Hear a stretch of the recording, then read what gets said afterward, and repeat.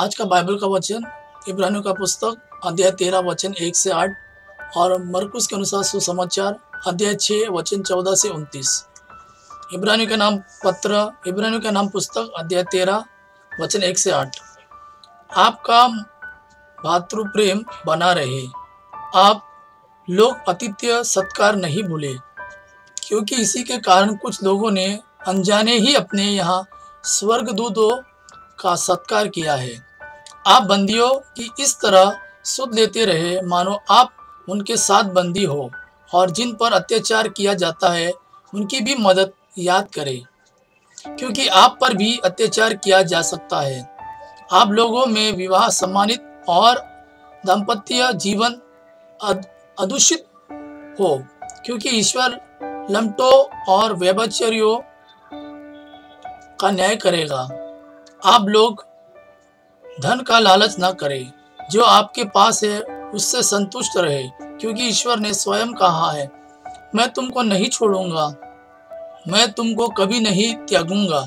इसलिए हम विश्वस्त होकर यह कह सकते हैं, प्रभु मेरी सहायता करता है, मनुष्य मेरा क्या कर सकता है। आप लोग उन नेताओं की स्मृति कायम रखें जिन्होंने आपको ईश्वर का संदेश सुनाया, और उनके जीवन के परिणाम का मनन करते हुए उनके विश्वास का अनुसरण करें। ईसा मसीह एक रूप रहते हैं, कल, आज और अनंत काल तक। आज का सुसमाचार मरकुस के अनुसार अध्याय 6 वचन 14 से 29। हेरोद ने ईसा की चर्चा सुनी, क्योंकि उनका नाम प्रसिद्ध हो गया था।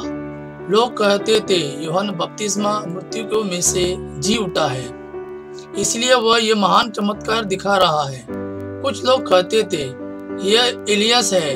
कुछ लोग कहते थे, यह पुराने नबियों की तरह कोई नबी है। हेरोद ने यह सब सुनकर कहा, यह यूहन्ना ही है जिसका सिर मैंने कटवाया है और जो जी उठा है।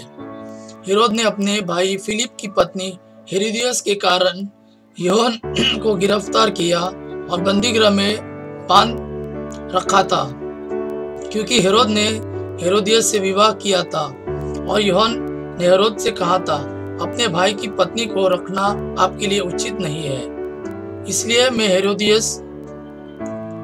इसी से हेरोदियस यूहन्ना से बैर करती थी और उसे मार डालना चाहती थी, किंतु वह ऐसा नहीं कर पाती थी, क्योंकि हेरोद यूहन्ना को धर्मात्मा और संत जान कर उस पर श्रद्धा रखता और उसकी रक्षा करता था। हेरोद उसके उपदेश सुनकर बड़े असमंजस में पड़ जाता था, फिर भी वह उनकी बातें सुनना पसंद करता था। हेरोद के जन्मदिवस पर हेरोदियस को एक सुअवसर मिला। उस उत्सव के उपलक्ष्य में हेरोद ने अपने दरबारियों, सेनापतियों और गलितियों के रईसों को भोज दिया। उस अवसर पर हेरोदियस की बेटी ने अंदर आकर नृत्य किया और हेरोद तथा उसके अतिथियों को मुग्ध कर दिया।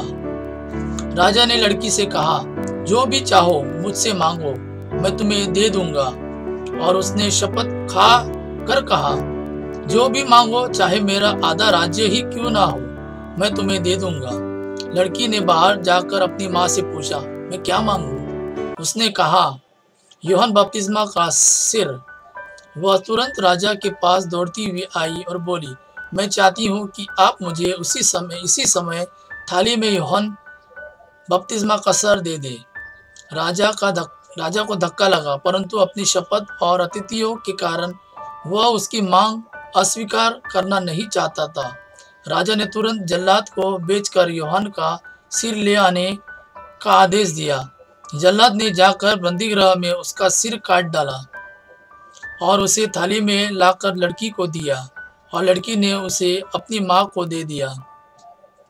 जब यूहन्ना ने शिष्यों को इसका पता चला तो वे आकर उसका शव ले गए और उन्होंने उसे कब्र में रख दिया। यह प्रभु का वाणी है। प्रभु को धन्यवाद। आबा पिता की महिमा और पुत्र यीशु का प्रेम आप पर सदा सदा बना रहे। आमीन।